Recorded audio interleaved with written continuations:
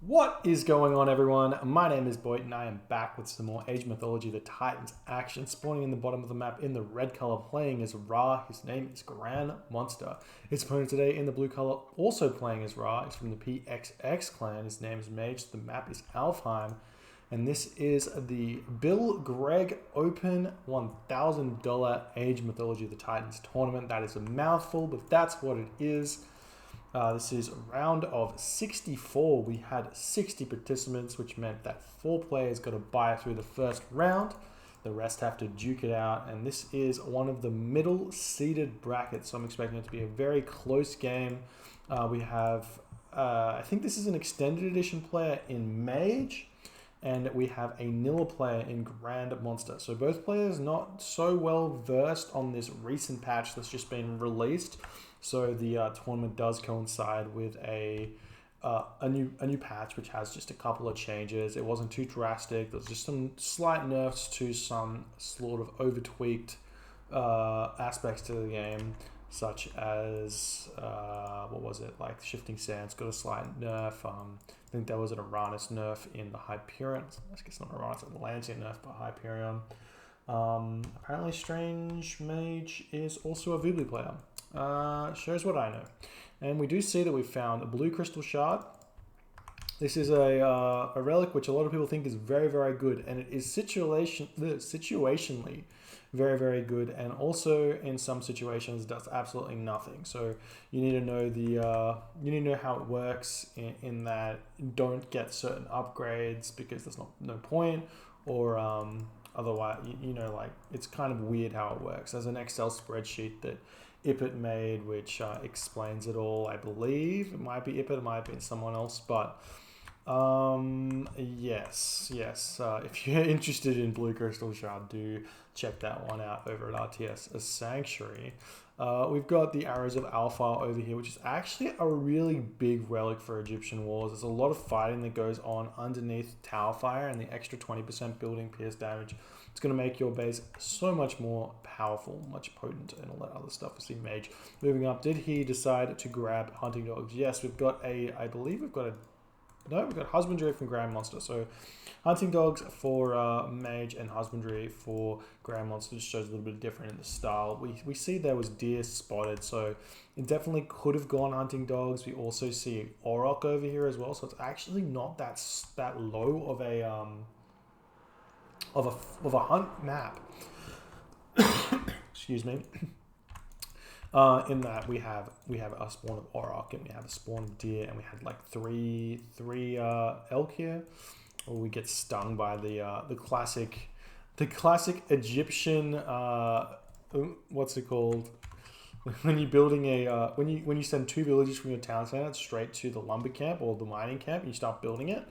The next villager that comes will always finish their load before the mining camp is built. So you have to be super careful to get that one swapped around. And we do see that Grandmonster's now moving off of the chicken onto the cows, as he's got Husbandry. I think it is fast to gather from cows than the chickens. Chickens are awfully slow. And Mage is still doing his thing. He's getting up that temple at a fairly decent point there. There's the village gather rate. Having the Pharaoh empower the mining camp instead of the town center is a little bit inefficient. If you've got 11 villagers on one resource here, it's much better to grab your Pharaoh and empower that town center and have your priest on the mining camp. You just get so much more resources in total. So he must be really wanting that extra gold. He is building that priest, so that's going to run over onto the lumber camp or something like that. But still, again, I think it would have been better to just get that Pharaoh over onto the town center. And you can also do some weird stuff where you can move your Pharaoh from the town center to the mining camp and back, and like garrison micro and stuff. We do see Ptah is coming through though for Grandmonster, and Mage also now he has his I think maybe Mage was doing the same thing. He has his Pharaoh on the gold mine. And that's looking like he wants to grab that second town center. And we're going to see fairly similar opening here from both players. Actually, we've got 4 villages on wood for some reason from Grandmonster, and only 3 here for Mage. You only need 150 wood for Shadoof and 50 wood for Plow. So you don't actually need that extra you don't actually need that extra resource, but we do see him running straight for that town center. Got hitting classical age, and it looks like Grandmonster's just slightly behind on that classical age, but he should be able to grab a town center, and it would be best. It's generally better in Egyptian wars to grab your forward town center first than these 2 town center grabs here, just because very rarely do they ever get attacked, and also very rarely do these back town centers get you anything. We can see that Mage has been very lucky. He's found his gold mine over in this corner here. The settlement is coming down, and that's going to be he's going to be able to move onto that gold mine at some point as well. Whereas Grandmonster, on the other hand, the gold mine's close, so it's not bad, but it really doesn't protect the gold mine at all. So we are going to have to see some walls or some sort for Grandmonster. So Mage just etching Grandmonster out just a little bit here with his efficiency. We do have Shadoof is out, which is very, very good, but Plow is on its way. There we go. And the same for Mage, I'm assuming. Oh, we do not see Plow just yet. Should be coming through. Yeah, both players have that one. Both players are ignoring their Auric as well. So Auric here, and Rain now coming down for Grandmonster. So he does squeeze that Rain out a little bit earlier. Generally speaking, the person who reigns first gets the most resources. If we see, yeah, look at this. Mage is just a little bit behind on his farms here. He's trying to throw them up, but Grandmonster's going to just get that little bit more food out than Mage is going to get, because he's going to get his own Rain plus Mage's Rain as well on top of that. Unless Mage decides to go, he's actually running very low on the food here. How is this working? He's like got no food in the bank for some reason. Needs to garrison the villages to get 49 food here. As you can see, it's just like both the villages were not being built there. And it looks like I don't think Mage is going to be able to get to that next age either. Only 1 monument from Mage, and it's looking like only 1 monument from Grandmonster as well. So we're not going to see any shenanigans with the Scarabs.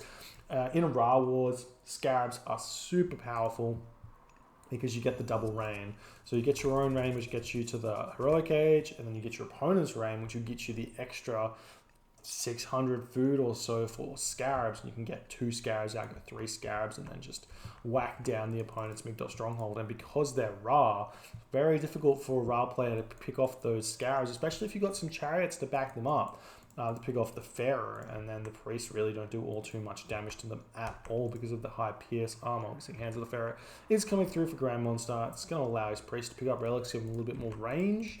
But other than that, not too much. We do see Ring of Nibelgung over here. Very worthwhile relic to be grabbing. Also, Odin's Wand could have actually come in handy a little bit earlier there for that Shadoof upgrade, but really not that important in the scheme of things here. We got the priest going to be healing up that Wadget who took some damage from something, maybe the enemy Wadget or a priest or something. I definitely missed that. Grandmonster moving forward now. He's going to be able to throw up his Migdal Stronghold right in the middle of the map, secure this gold mine, secure this town center, because he's first to the Heroic Age. I always prefer to see someone, if they advance to the Heroic Age first, run your villages more further forward than you otherwise would, because you know your opponent is fast heroicing themselves. If they don't really have any way to defend against that, you can chuck up that Migdal Stronghold here, secure this gold mine, and then work your way over to this way to secure this town center. And then you just, all of a sudden, just by advancing faster and being smart with your building placement, you get map control. But we're seeing Siege Workshop coming through. Mage just went through Hathor as well. We've got Chariot Archers, Elephants, and more Chariot Archers, and Siege Workshop coming down. Migdal Stronghold coming down for Mage as well. The Rock's going to be running around, but it's kind of a bad move to be doing Rock raids with Ra against Ra, because the priest and the Pharaoh just picked it off so fast. But you can sacrifice the Rock if you feel like, straight in there and get that Locust. We see Grandmonster does cast the Locust over here. I'm not sure about it. Using it on farms after the rain when there's all of these cows. Really, these villagers at this point should come off the farms. Actually, not for berries, but for cows. They should come off the farms and eat those cows, so that they can gather them. Basically, they gather them faster. I believe if you have husbandry and you have plow, it's about as fast as gathering from berries or chickens. I could be wrong about that. Don't quote me. Tell me in the chat if I'm right about that one or not. Settlement is coming up for Mage now. He's getting that 3rd town center up. Super interesting here. We see the Shifting Sands comes in. That's going to picks off the War Elephant. That's pretty big. That means that a lot of this is not going to be so good. Needs to focus the Pharaoh down. Get the Pastustios to focus the other Pastustios down. Make sure you focus the chariots onto that Pharaoh. We're not seeing that second town center coming up. Or sorry, third town center coming up. But we are getting that siege tower to get onto this settlement. So there's no way it's going to really good attack here for Grandmonster. Mage gonna have to get pushed off here. And in fact, it's probably going to lose this Migdol stronghold if Grandmonster can micro this well enough. He's also got more of the siege towers coming out, more war elephants coming out. That shifting sands was pretty big, but it's not going to be that important. Imagine if he had Locust right now, though. If he had Locust right now, he could move in, cast Locust on top of this siege tower, and then just take down this Migdol stronghold for free. Instead of like having the idle time of 5 villagers for, what was it, 15 seconds or something. But the villagers, they do pick off the siege tower very fast, but good micro from Grandmonster so far, trying to pick those villagers off. There's only 3 left in there, and there's 2 building up this one here, but this siege tower is looking like it's going to be taken down, but another one has joined the fray. Unfortunate micro here. You don't want to be attacking the camel. You need to focus on these villagers here. If you can pick them off, it's very good. But nice pick-offs anyways. Oh, there's one villager. Good job there. Mercenary cavalry having to be built now for Mage. This is really good. If you're Grandmonster right now, it might be time to take down the Migdol stronghold with the war elephant and the siege tower, and then just back up. There's quite a bit of gold right here that's just going to die. You don't need to fight it, and it seems like Mage is doing it for him, pulling these mercenary cavalry back right here. That's huge right now, and we see no military buildings, or we've got the barracks up right now. Pharaoh does spawn out of the town center, but this is now Grandmonster's game to lose. Grab this town center here, grab this town center here. You got 4 town center advantage. You don't have to push into your opponent's base and throw away any sort of lead at this point.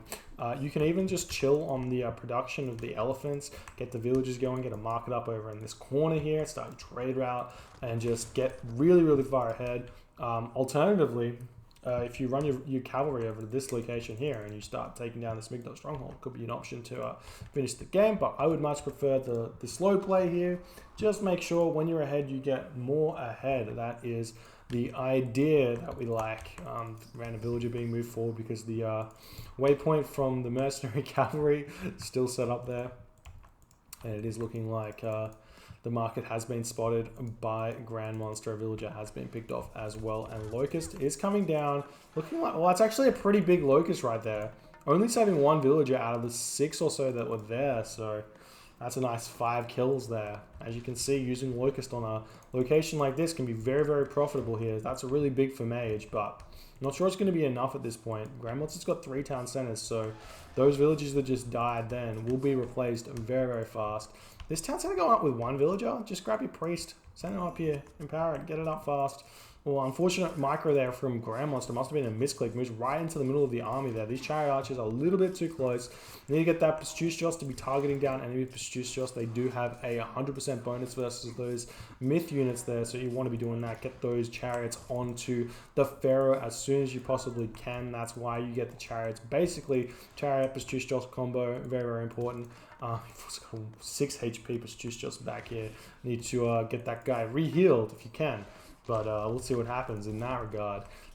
Pharaoh chilling, throwing the rocks in the back. Does he have Hands of the Pharaoh? Doesn't have Hands. Doesn't matter invariably. Okay, Hands of the Pharaoh only affects the village damage modifier, not the actual damage. So if anyone was wondering what I was talking about, then one of the nerfs from the balance patch 4.0 is Hands of the Pharaoh. Grants your Pharaoh a 50% bonus, or is it 100% bonus damage, whatever it is, against villagers, but it starts with negative 50% bonus against villagers. So it's just a little bit of a nerf there for the Pharaoh, and you get that damage back by getting Hands of the Pharaoh, basically. Seeing quite a few siege towers coming in here, looking like Grandmonster really wants to finish this game. The priest's attacking the Pastustios here, but he's chilling. He's happy to keep fighting, pushing forward.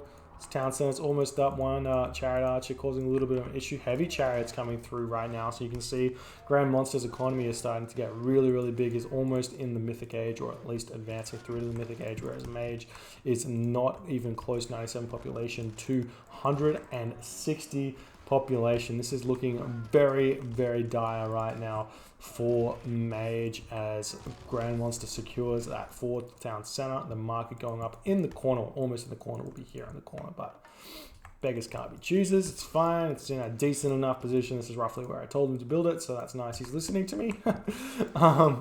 Siege towers are also getting picked off. Now the village is getting pulled off the line. Do they have skin of the... They do have skin of the rhinos. They are going to be dealing quite a bit of damage there onto those siege towers. And this is what I'm talking about in regards to attacking and sitting back on these town centers and getting that advantage.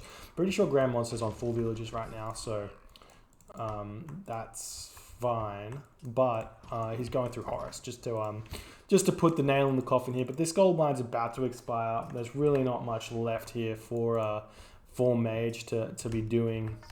Once he runs out of this gold mine, he has to secure this gold mine. But there's just so many units here for Grandmonster. Grandmonster moving in with those siege towers yet again, but the village is popping out, and Grandmonster not really microing this very well. You should not be sending siege towers in one by one. You need to send them in as a bulk, and then get those chariot archers just insta focusing the laborers. But once you get this many this many heavy elephants onto a town center that has no masons, has no architects, has no fortified town centers, it's just going to die. These guys do so much damage. They are 200% bonus damage versus buildings, and that's going to cause a Mage to tap out. GG.